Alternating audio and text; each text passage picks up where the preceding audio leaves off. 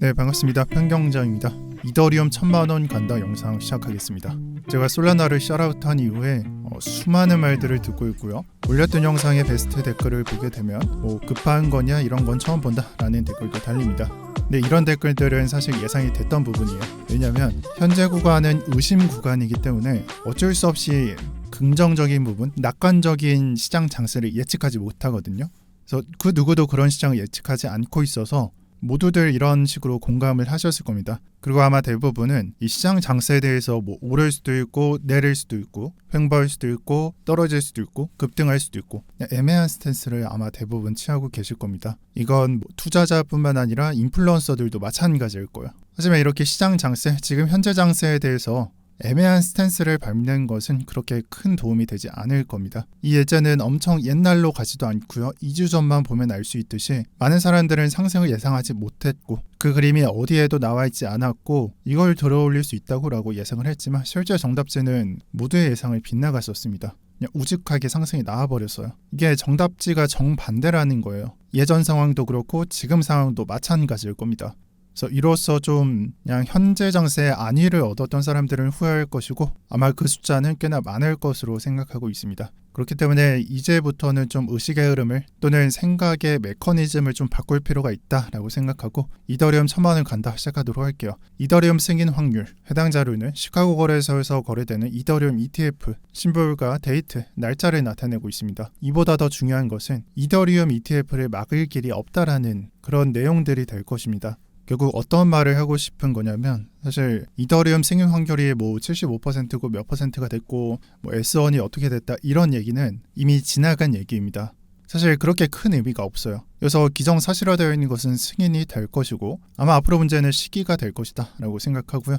그렇기 때문에 가정 자체를 승인 쪽으로 몰아서 볼 생각입니다. 여기에 반박이나 아니면 다른 의견이 있다면 댓글 아무나 달 수 있으니까 댓글을 달아주시고요. 오늘 영상만큼은 이 주제 승인 확률에 대해서는 크게 다루지 않겠습니다. 보다 중요한 내용을 축약해서 말씀드리고 싶기 때문입니다. 바로 넘어갈게요. 승인 이후 이더리움 가격이 어떻게 될 건가?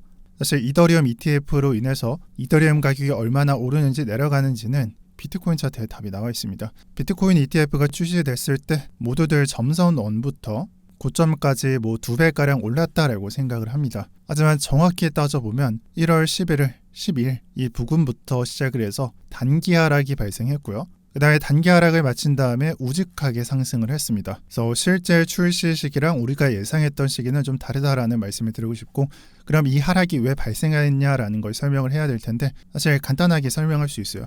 그레이스케일이 대량으로 매도했기 때문에 그리고 실제로 블랙락이나 피델리티나 이 유출 흐름을 막을 만한 유입은 되지 않았었고 초창기였기 때문에 되지 않았었고 이렇게 대량의 매도로 하락이 발생했다라고 보는 게 첫 번째고 해당 표에 초기에 얼마나 하락이 나왔었는지 초기에 그레이스케일이 얼마나 던졌었는지가 나와 있습니다. 그래서 하락의 첫 번째 원인이라고 볼 수 있고 또 두 번째는 이로 인해서 발생했었던 퍼드들이 문제였습니다. 어떤 얘기냐면 출시를 하고 나서 곧바로 상승하지 않고 비트코인은 하락을 했습니다. 그럼 여기서 언론에서 나올 말 또는 투자자들 사이에서 나올 말 뻔하죠. 주식에서 흔히 쓰이는 해설로 호재가 소멸되었다. 그러니까 더 이상 올라갈 수가 없다. 호재로 인한 상승이 이만큼 나왔었고 더 이상 올라간다는 건 말이 안 된다라는 해석이었습니다. 그래서 그 시기에 주로 봤었던 뉴스들이 이래요. ETF는 사실 악재였나 이런 뉴스들을 볼 수 있고 이때 하락시킨 두 번째 요인은 퍼드라고 봅니다. 그래서 첫 번째랑 두 번째로 인해서 하락이 나왔다라고 해설할 수 있겠습니다. 그렇게 해서 실제 하락분은 따져본다면 20%가량 하락했고요. 제가 봤을 때는 이 그림은 이더리움 ETF도 그냥 단 하나 다를 것 없이 발생한다 라고 말씀드리고 싶습니다. 단기 하락은 피할 수 없다 라고 보는 것과 같아요. 그렇다면 얼마나 무너질지가 굉장히 중요해지는데 저는 엄청 크게 무너질 것 같지는 않습니다. 위에서 봤었던 20%를 따져본다면 지금 현재 매물대에서 저가를 가리킵니다. 그럼 20%가 무너졌을 때는 저가를 터치해준다는 걸 의미해요. 이를 최대 하락폭이라고 한번 설정을 해볼게요. 근데 제 하락 예상치는 10에서 15%가 됩니다. 왜 이 정도로 좀 낮게 책정하냐? 이게 첫 번째 효과, 첫 번째 이벤트는 아니라는 입장이에요. 그러니까 쉽게 말해서 학습 효과가 있듯이 학습 효과가 발휘돼서 그 정도는 무너지지 않을 듯이라는 해설입니다. 그래서 10에서 15% 무너졌을 때는 그냥 약세 정도로 예상하시는 게 좋을 것 같고요. 그리고 단기적으로 안 올라간다, 제가 지금 말씀드렸듯이 단기적으로 올라갈 뭐 내용 없으니까 뭐라고 꿍시렁거릴 거면은 그냥 나중에 투자하시길 바랍니다. 제가 안 올리는 것도 아니니까요. 그렇다면 이 다음으로는 얼마나 상승해야 할지에 대해서 알아볼 텐데요. 비트코인을 예를 들어서 또 설명드리겠습니다. 비트코인의 비트코인 ETF가 출시된 이후에 하락이 발생하고 2배가량 상승했습니다. 하락은 20% 꺾고 100%를 올려버렸어요. 정확히 말하면 90%가 됩니다. 그러면은 비트코인과 똑같이 상승하냐? 아마 좀 다를 겁니다. 제가 설명을 할 때, 특히나 뭐 캡으로 나눠서 설명을 할 때는 시총은 변동성을 나타내고 부가적으로 오늘 설명할 거는 좀 거래량이 될 것 같아요.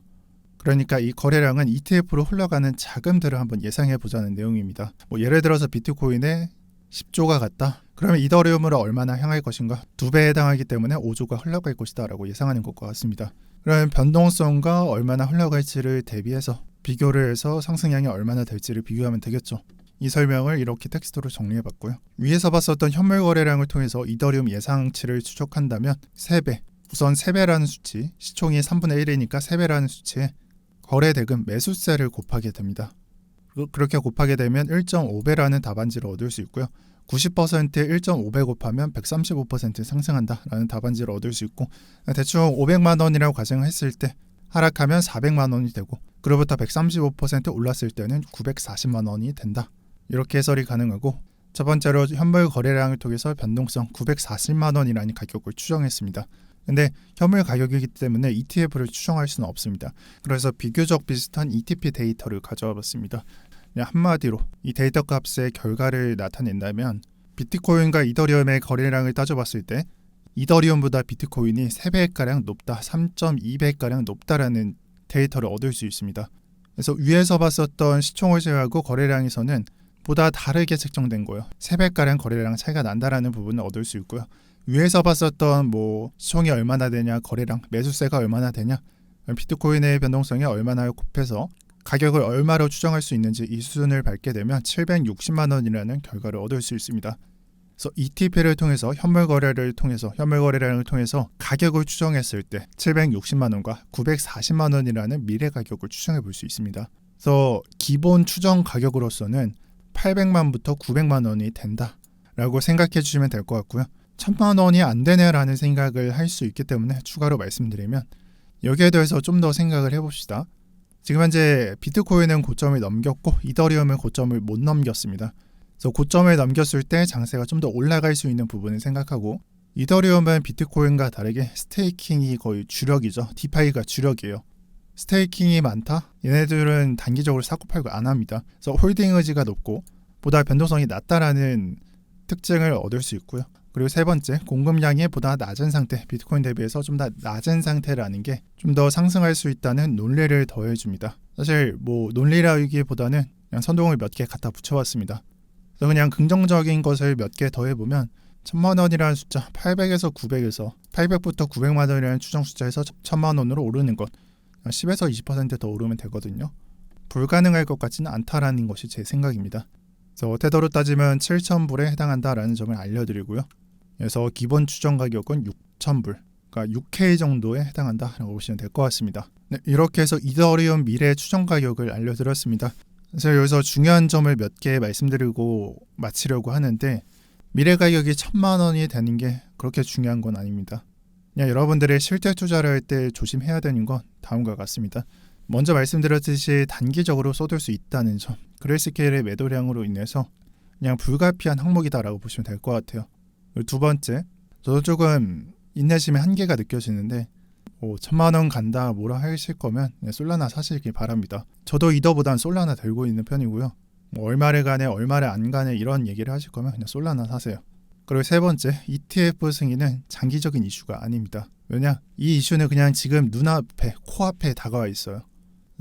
지금 당장, 내일 당장이라도 체크를 하셔야 되고, 적어도 7월에는 체크해야 되는 이슈라고 생각합니다. 오늘 영상 주제를 이더리움으로 가져와 봤고, 여러분들이 이더리움 ETF로 인해서 어떤 가격을 추정하고 또는 어떤 기능적인 걸 생각하고 뭐 여러 가지가 있지만 저는 그냥 가격적으로 1000만 원 고정하고 의견 밝히도록 하겠습니다. 네, 오늘 영상 여기까지 하겠습니다. 제가 지금 코감기가 좀 걸린 것 같은데 아마 1, 2주 갈 거예요. 그래서 원래 목소리가 잘 안 나와서 목소리를 깔아서 뭐 흉성을 쓰든 뭘 쓰든 그냥 최대한 그냥 낮게 말씀드리고 있으니까 좀 불편하시더라도 좀 양해 부탁드립니다. 네, 시청 감사드립니다. 오늘도 평경장이었습니다.